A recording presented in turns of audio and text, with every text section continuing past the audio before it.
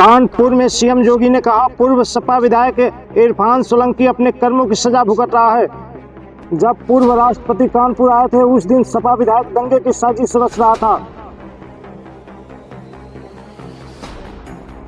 वह अपने कर्मों की वजह से आज जेल में है, इसलिए उसकी विधायिका गई।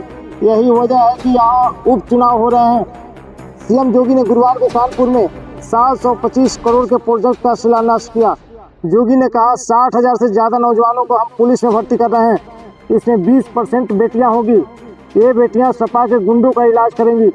सीएम ने कानपुर की बंदलाल इमली कपड़ा मिल को फिर से शुरू करने का ऐलान किया। इधर योगी के कानपुर पहुंचने से पहले सपा विधायक अमिताभ वाजपेयी को नजरबंद कर दिया गया। विधायक के घर के बाहर पुलिस फोर्स तैनात है। विधायक ने सपा कार्यकर्ताओं के साथ झुंझुना बजाकर विरोध किया।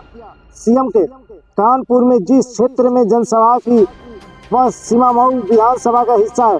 सपा नेता इरफान सोलंकी यहां से विधायक थे, लेकिन आगजनी केस में 7 साल की सजा के बाद उनकी विधायकी चली गई। अब इस सीट पर उपचुनाव होने को है। साल 2022 में रामनाथ कोविंद जब राष्ट्रपति थे तब कानपुर दौरे पर आए थे।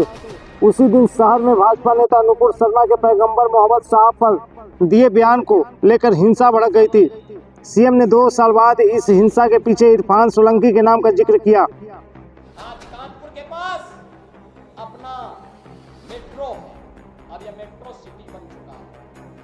बहन और भाइयों, इस सीसामऊ में ही कितना बड़ा सीवर का नाला मां गंगा में उड़ेला जाता था।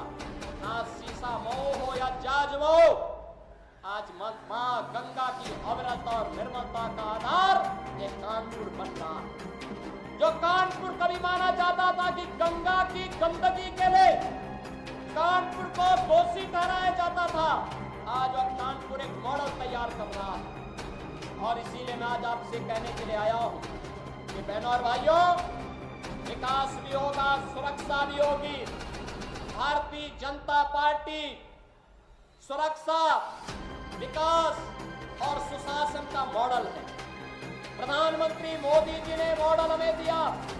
उनके मार्गदर्शन और नेतृत्व में इस मॉडल को लेकर के भारतीय जनता पार्टी आगे बढ़ रही है।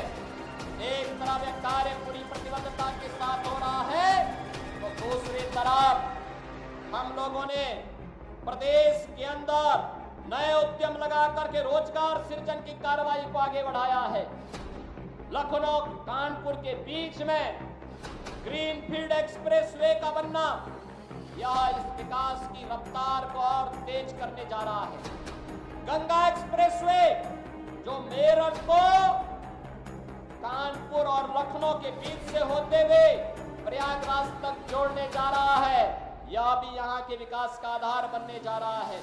डिफेंस मैन्युफैक्चरिंग कॉरिडोर यहाँ का आधार बनने जा रहा है।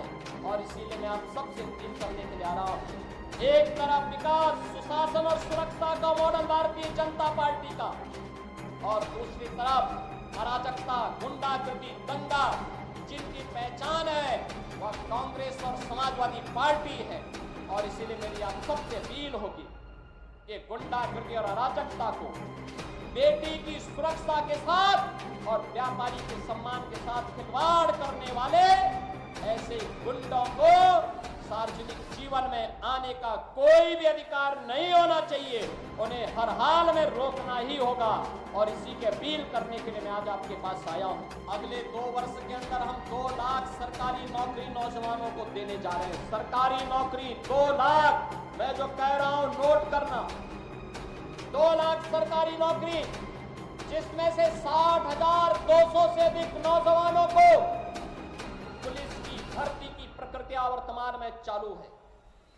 23, 24, 25 और फिर कल और परसों, ये 5 दिनों में ये रिटर्न परीक्षा और ये लिखित परीक्षा हो रही है। और परीक्षा आप देख रहे होंगे, परीक्षा भी पर नहीं मार सकता। और अगर किसी ने विश्वास किया सेक लगाने का, तो कैसे कहीं का भी हो उसको उठा करके फिर सदैव के लिए जेल के अंदर बंद करने की कार्रवाई, आजीवन कारावास की सजा, 1 करोड़ रुपए तक जुर्माना, संपत्ति की जब्तीकरण की कार्रवाई के साथ जोड़ रहे हैं। और अकेले उत्तर प्रदेश पुलिस अगले 2 वर्ष के अंदर 1 लाख नौजवानों की भर्ती करने जा रहा है। और बहनों और भाइयों, यही नहीं, इसमें से 20% हम केवल और केवल बेटियों को भर्ती करने जा रहे हैं। बेटियों की भर्ती होगी 20%। बेटियों की भर्ती इसलिए इस समाजवादी पार्टी से जुड़े हुए जो उदंड और उच्छृंखल प्रवृत्ति के सौदे हैं, इनकी सड़कों पर ठुकाई करने के लिए बेटी जब पुलिस में भर्ती होगी तो वह उसका उपचार करने की स्थिति में होगी। इनके गुंडागर्दी का उपचार भी करेगी और सड़कों पर ही उनसे निपटेगी।